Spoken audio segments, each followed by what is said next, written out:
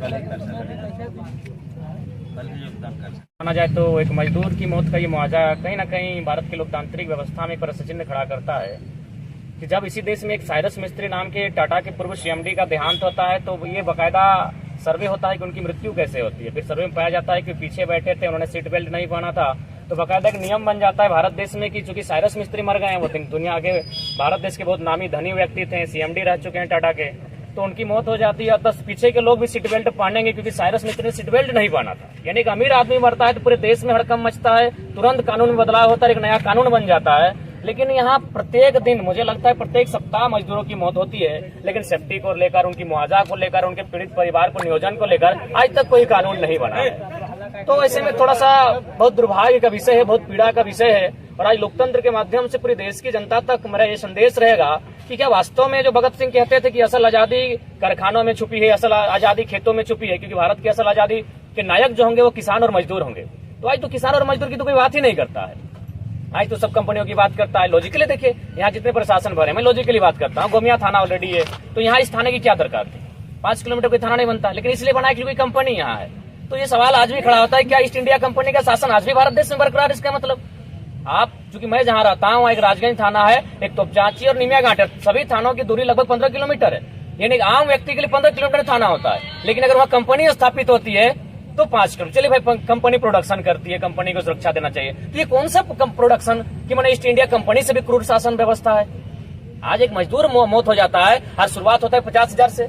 क्या आप मछली बेचने आए हैं या साग सब्जी बेचने आए हैं कि मजदूर की मौत का मुआवजा का आप मैंने मोल भाव करते हैं और फाइनली 4 लाख, 5 लाख, 7 लाख होते हुए 10-12 लाख में समाप्त होता है। तो इसीलिए हालांकि जो भी आज निष्कर्ष आएगा, जो भी मुआवजा मिलेगा, हो सके परिवार को राहत मिलेगा, लेकिन एज ए ह्यूमन की बात कही जाए, आज जो हम लोग आंदोलन कर रहे हैं हम सेटिस्फाइड नहीं हो पाएंगे, क्योंकि मोल भाव नहीं होना चाहिए। एक देश का अमीर आदमी मरता है तो आप सीट बेल्ट का नियम लेके आते हैं कि सीट बेल्ट नहीं पहना तो अमीर आदमी मर गया। मजदूर रोज मर रहा है, कोई सेफ्टी का रूल्स नहीं है, उसकी मुआवजा को लेकर कोई रूल्स नहीं है। अरे कम से कम एक ढंग का मुआवजा होना चाहिए जिससे उसका परिवार में जो नेक्स्ट जनरेशन है वो अच्छी शिक्षा हासिल कर सके, अपने आप को कम से कम एस्टेब्लिश कर सके।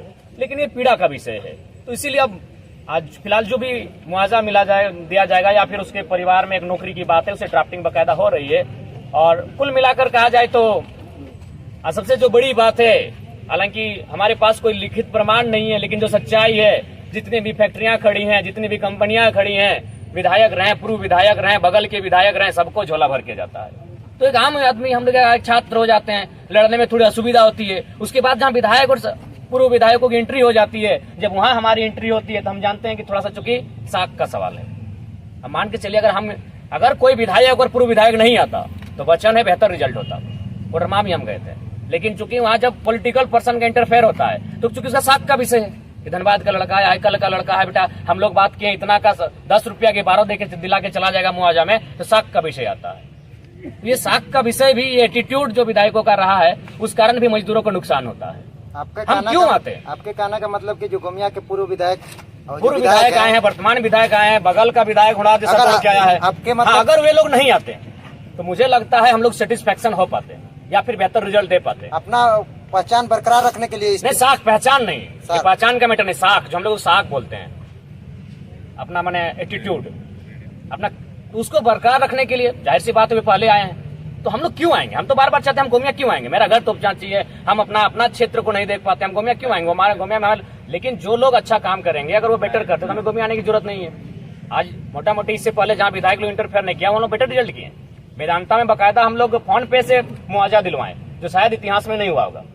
तो इसलिए थोड़ा सा पीड़ा, इसलिए मेरा मानना है कि अब थोड़ा सा जनता को भी जागरूक होना होगा, मजदूरों को भी जागना होगा, किसानों को भी जागना होगा कि आपकी मौत की कोई वैल्यू नहीं है। तो आपकी मौत की अगर वैल्यू की कोई चर्चा करे तो सदन में चर्चा होनी चाहिए। तो आज के तमाम झारखंड में जो भी मजदूरों को लेकर आज प्रताड़ना हो रही है, उसको लेकर उन्हें सबक लेना होगा और ऐसे लोगों को जनप्रतिनिधि के रूप में चुनना होगा जो सदन में बात को रख सके।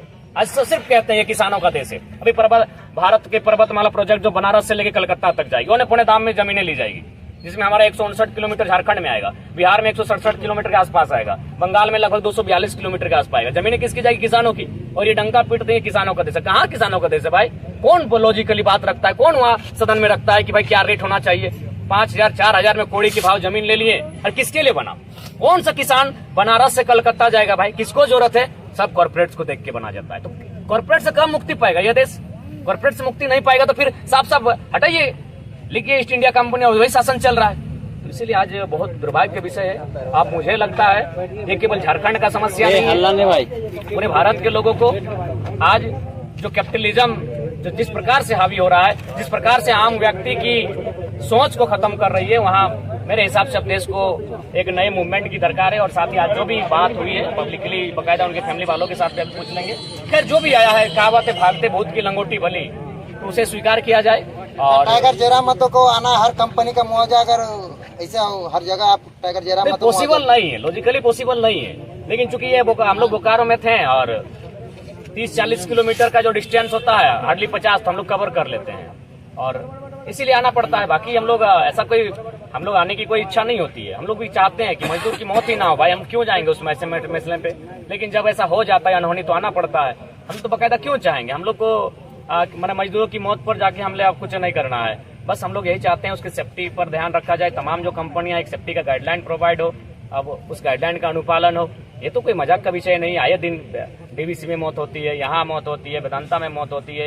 यार मौतों से कोई सबक ही नहीं लिया जा रहा है, क्योंकि मौत मजदूर की हो रही, कोई सबक नहीं। अचानक ये 10 साल बाद अगर मौत होती तो चलिए हम मानते भाई अचानक कोई एक्सीडेंटली हुआ, चलिए मजदूर की मौत हो गई।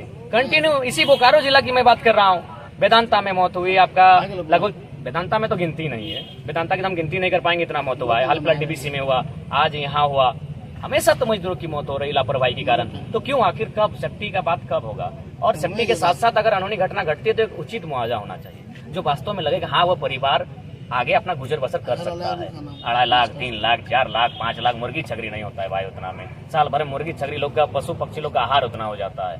तो ये बाकायदा ये सिस्टम बदलना चाहिए और इस सिस्टम को बदलने के लिए मुझे चाहिए और हमें मेरा मानना है कि सदन में बात रखनी चाहिए। सड़क पे तो हम लोग आंदोलन कर रहे हैं, रात से बैठे हैं, आपके लोकतंत्र के चौथे स्तंभ के माध्यम से अपनी आवाज को भी लोगों तक पहुंचा रहे हैं। लेकिन जब तक सदन में बातों को नहीं रखा जाए, सदन में जब तक पेश नहीं किया जाए, जिस प्रकार वहाँ बिल पेश होता है, जब तक इन बातों को वहाँ कोई पेश नहीं कर पाएगा, तब तक मुझे नहीं लगता है मजदूरों के हितार्थ के लिए कोई कदम उठाए जाएंगे।